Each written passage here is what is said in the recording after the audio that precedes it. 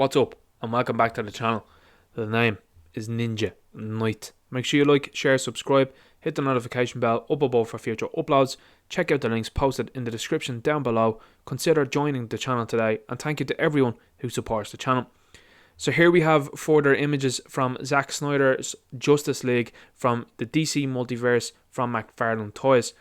Now this is something that I've been talking about in previous videos, and initially I was quite excited about this, and still I feel that Steppenwolf is probably the best of the figures released, and the armoured version of Darkseid is probably the best figure that Mcfarlane has done to date, and certainly within relation to this I think it looks accurate and it looks good. What you're seeing here though is another further frustration with the Mcfarlane line from the DC Multiverse. This is something that I think that this guy, certainly going into year 2 now, and it's been 1 year only, he seems to have checked out of this completely. What I have done, as you can see on the right hand side, is take 20 seconds, literally 20 seconds, to Google the height of Jason Momoa and to Google the height of Ezra Miller. As we can see here, Jason Momoa is 6'4" and Ezra Miller is 5'11". Now when you look at those figures there of Aquaman and Barry Allen's Flash, it's certainly not that much of a discrepancy between them.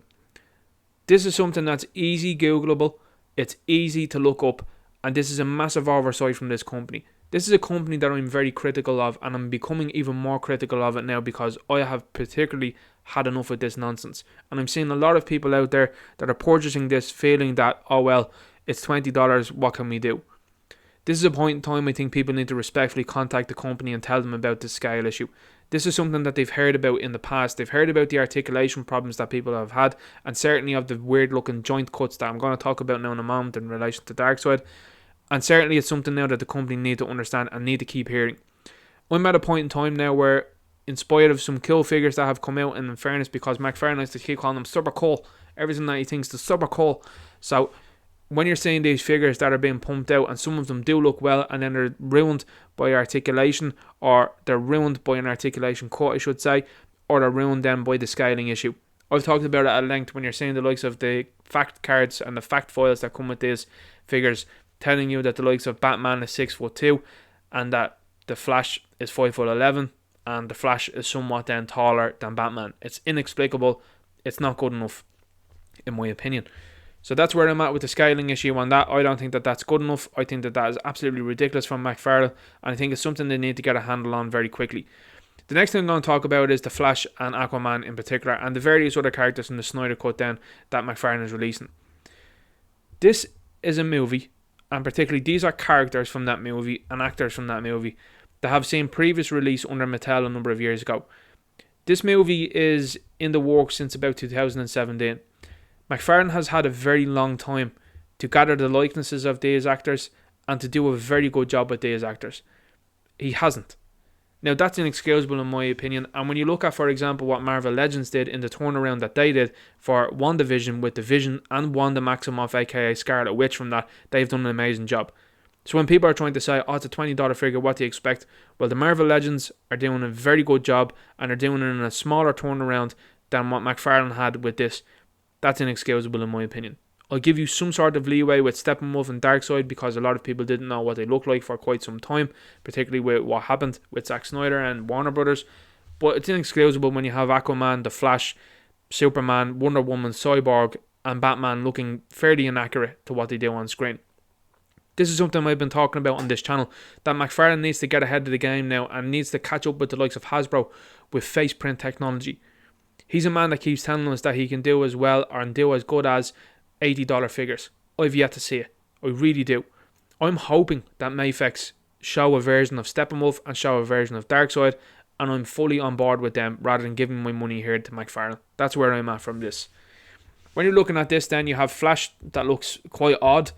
I've said that originally in the video. I think that this looks strange. I think the lack of paint, particularly on the likes of the rubber bands that he's wearing, the fact that they're black and that's not painted, doesn't look great either. When Mattel was able to do that, and that's Mattel of a couple of years ago when they knew that the license was going to be going out from underneath them. You have Aquaman here that doesn't look like Jason Momoa. This is Mcfarlane's second crack. Jason Momoa took a crack at him for doing. Doesn't look anything like him. here we have again. So either he has something against Jason Momoa, or just the sculpting that's going on isn't overseen very well.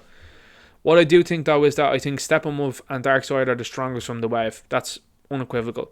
Now whether that's to do with more budget going towards them, particularly because these are going to be $40 figures, that could be some sort of thing that McFarlane needs to look at. If at $25, I think for each of these figures he gets the scale correct, he gets faceprint technology and it's more accurate overall, I'd be happy enough with that, and I would be fully on board. The same way with Marvel Legends. Marvel Legends have gotten themselves ahead of the game. They've gone with the faceprint technology, they've gone with the head sculpts, the scaling is quite good, and I think overall there's a lot of satisfied fans that are out there. Then when you're looking at Steppenwolf, I think Steppenwolf is the better looking of the two. I certainly do think he looks quite emaciated, he does look quite skinny, but I think it's Darkseid that absolutely takes the biscuit.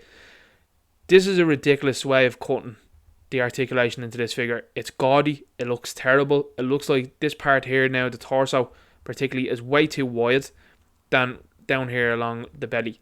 This needs to be wider to match with the torso, or the torso needs to be slimmer to match with this part here.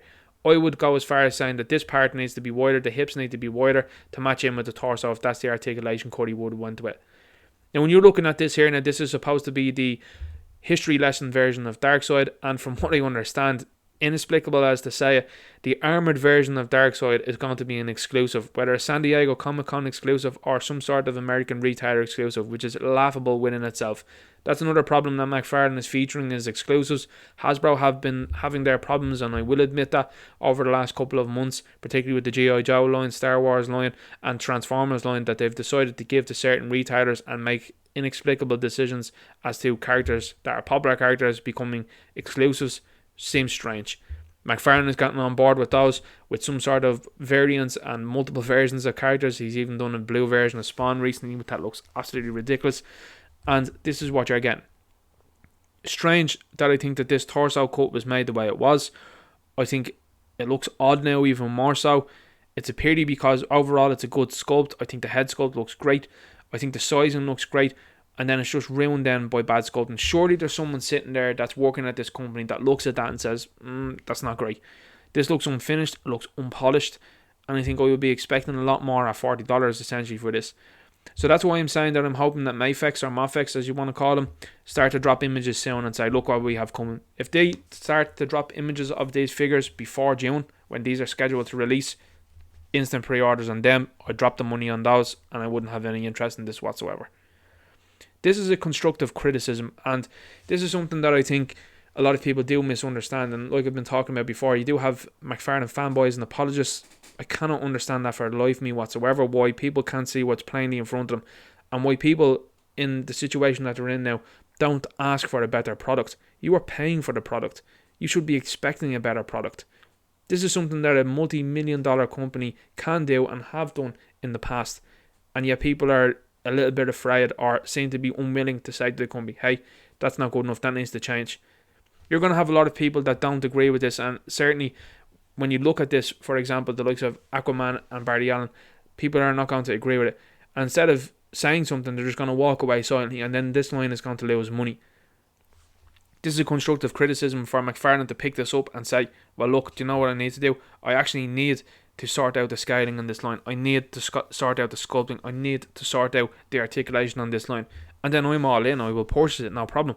But when you see these instances and these issues rising again and again and again, it just looks like a lack of care. It looks like that he knows what the problem is. He's just continuing on doing what he's doing anyway. And then as a result, people like myself then get annoyed with it and say, I'm not going to purchase it. I'm going to wait for something else. So that's where I'm at. And I think that a lot of people are going to be at the same place in time as me. I'm going to leave the video there. Make sure you like the video, share the video, subscribe to the channel.